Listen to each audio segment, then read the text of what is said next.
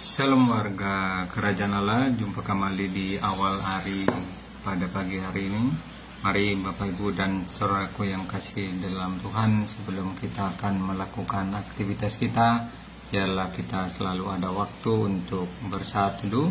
Percayalah ketika kita meluangkan waktu kita seperti pada pagi hari ini merenungkan firman Tuhan, maka itu sangat baik kepada kita sebagai orang percaya, agar melalui kita belajar firman Tuhan, karena dari firman Tuhan kita dibentuk, baik itu dari perbuatan, dari perkataan, maka hal-hal yang akan kita nikmati, baik itu kehidupan pada saat ini, itu juga akan bisa kita dapat menikmati, baik itu pertolongan Tuhan, baik itu berkat daripada Tuhan. Mari kita sambut firman Tuhan di pagi hari ini dengan kita bersepakat bersatu di dalam doa. Terpujilah nama-Mu yang kami sembah. Sebentar kami akan mendengarkan suara firman-Mu ya Bapa. Biarlah Engkau berbicara bagi kami ya Tuhan. Di dalam nama Tuhan Yesus kami berdoa. Amin.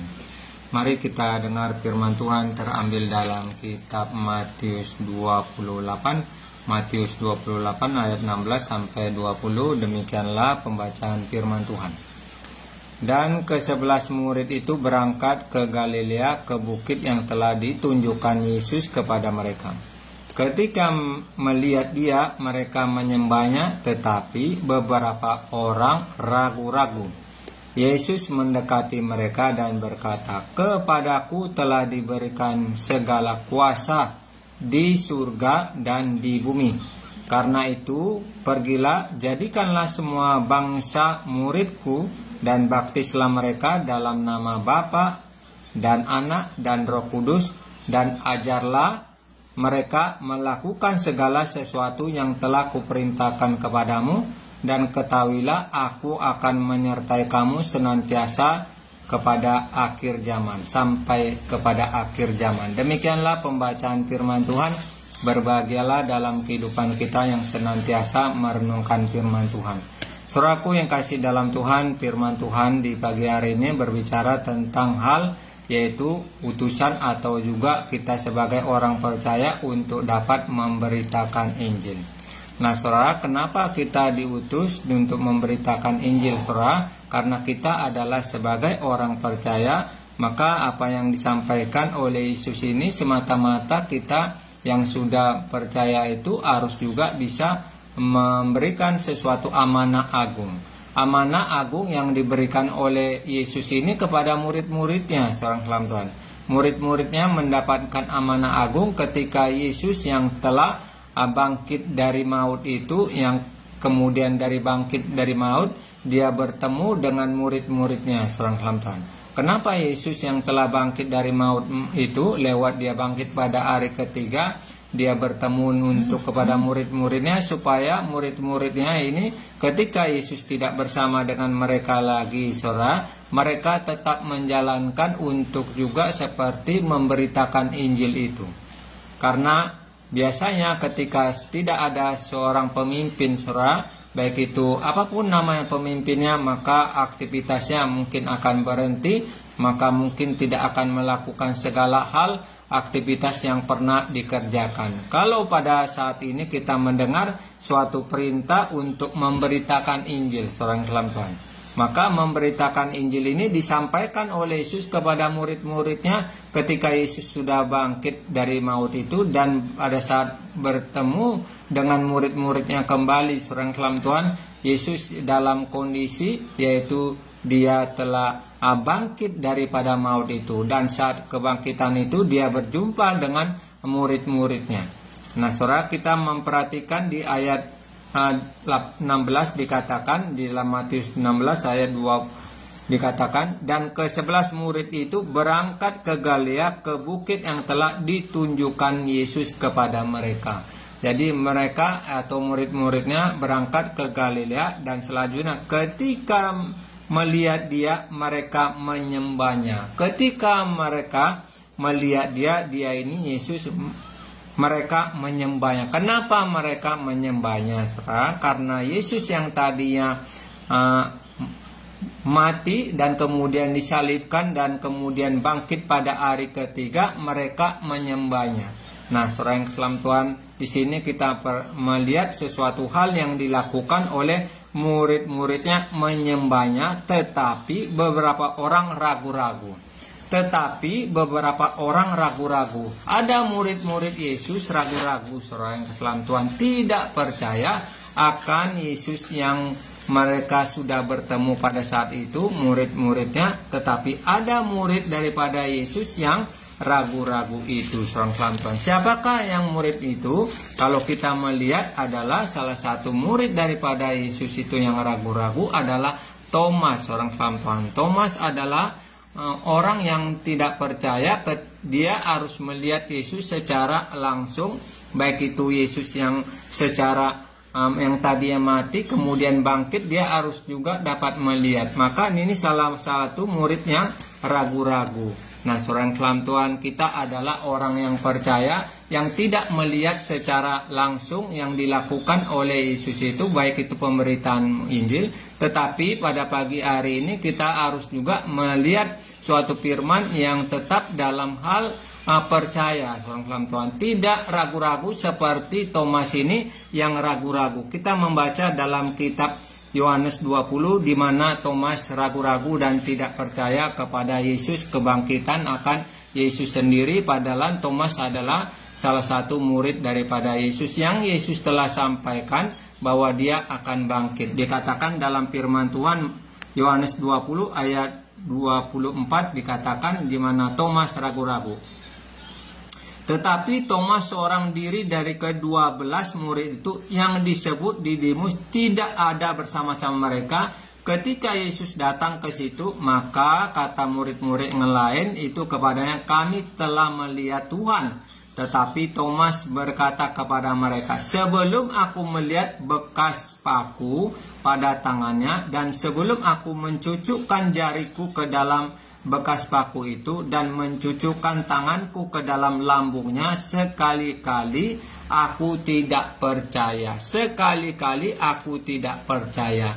Jadi ungkapan Thomas ini bahwa dia tidak percaya, bahwa dia harus juga melihat Yesus secara kasat mata, seorang keselam Tuhan. Walaupun murid-muridnya telah menyampaikan bahwa Yesus itu telah bangkit, tetapi saat Yesus bangkit ini, yaitu Thomas yang tidak memiliki keberanian dan tidak percaya secara utuh, dia ragu-ragu, saudara yang keselam Tuhan. Kita adalah orang percaya, saudara, tetapi walaupun kita percaya, tidak melihat secara kasat mata perbuatan daripada Yesus, tetapi haruslah kita melihat dalam firman Tuhan yang mengajari kita bahwa apa yang dilakukan Tuhan Yesus 2025 tahun lalu, ada perbuatan-perbuatan Tuhan, baik itu pemberitaan Injil, baik itu kuasa Tuhan yang dinyatakan oleh Tuhan Yesus, sehingga pada saat itu banyak orang percaya. Nah, saudara yang keselam Tuhan, berbahagialah kalau kita ini percaya kepada Yesus itu, yang walaupun kita tidak melihat secara kasat mata perbuatan yang dilakukan oleh Yesus dalam memberitakan Injil dan juga dalam hal penyampaian-penyampaian firman Tuhan, sehingga pada saat itu banyak orang yang menjadi percaya. Ada ungkapan daripada Yesus yang berkata dalam firman Tuhan, dikatakan Yohanes 20 ayat 29, kata Yesus kepadanya, karena engkau telah melihat aku, maka engkau percaya. Karena engkau telah melihat aku, maka engkau percaya. Berbahagialah mereka yang tidak melihat namun percaya. Berbahagialah mereka yang tidak melihat namun percaya. Kita adalah orang yang tidak melihat dari apa yang dilakukan oleh Tuhan Yesus, baik itu ketika Yesus juga disalibkan, baik itu juga Yesus dibangkitkan, kita tidak melihat, baik itu juga pemberitaan Injil, apa yang dilakukan oleh Yesus tidak melihat. Tetapi firman ini menjadi sesuatu dasar untuk dapat kita percayai. Bahkan di dalam firman Tuhan ini dikatakan, berbahagialah mereka yang tidak melihat namun percaya. Namun percaya, perbuatan yang dilakukan 2025 tahun lalu, kita percaya, seorang Tuhan. Disitulah akan kita mendapatkan, ketika kita percaya, ada di bawah sesuatu kebahagiaan. Maka dikatakan oleh Yesus, berbahagialah ada ungkapan berbahagialah orang yang tidak melihat.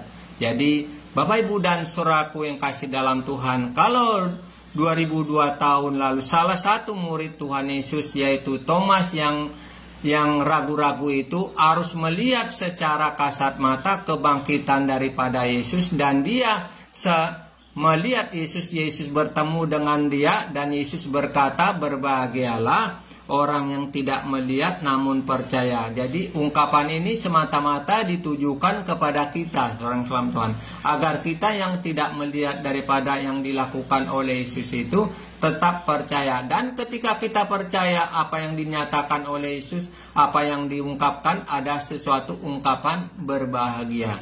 Mari Bapak Ibu dan saudaraku yang kasih dalam Tuhan, dalam kitab Matius ini yang diungkapkan Matius 28, ketika kita harus yaitu menyampaikan kabar baik amanah daripada Tuhan, tidak ragu-ragu. Kalau salah satu murid daripada Yesus ragu-ragu dalam hal yang dilakukan oleh Yesus, bahkan saat-saat yang harus di penghujung mereka percaya seorang keselam Tuhan, tetapi salah satu murid daripada Yesus tidak percaya, yaitu Thomas itu harus melihat secara kasat mata kebangkitan daripada Yesus, baik itu tangannya, baik itu kakinya yang telah dilakukan penyalipan itu harus dilihat. Nah, saudaraku yang kasih dalam Tuhan, berbahagialah kita yang tidak melihat, karena kita adalah orang-orang yang percaya. Karena di balik kita tidak melihat, disitulah ada kuasa Tuhan, disitulah kita akan diberikan kebahagiaan itu. Demikianlah pemberitaan firman Tuhan di pagi hari ini. Mari kita sambut